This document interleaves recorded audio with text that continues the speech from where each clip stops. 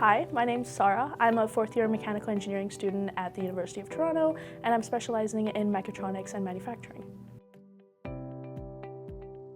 I actually started off as a track 1 engineering student, which meant that I was like general engineering in my first year. I was struggling to choose between mechanical engineering and ECE, or electrical and computer engineering. And when I eventually made my choice for mechanical engineering, I knew that I still had that thing in the back of my head where I wanted to explore the electrical and computer engineering side of things as well.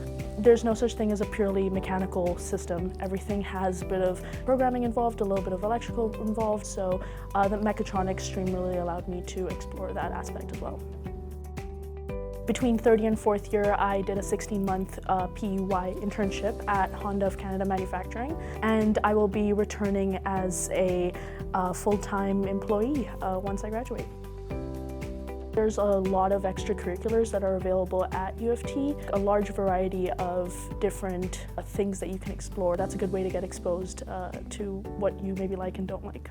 I have been a part of the Engineering Society, where I was focused on the engineering student bodies like student governance. I was also a part of the University of Toronto Robotics Association. And lastly, I was also a part of the University of Toronto Formula Racing team, just because I have a massive love of Formula 1 and I wanted to explore that more. So building some of those technical skills in that role as well was really exciting.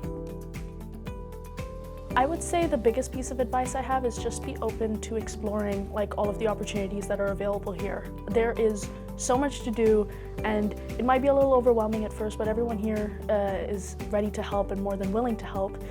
So take advantage of the resources that we have available here and be open to all of the amazing experiences that U of T Engineering has to offer.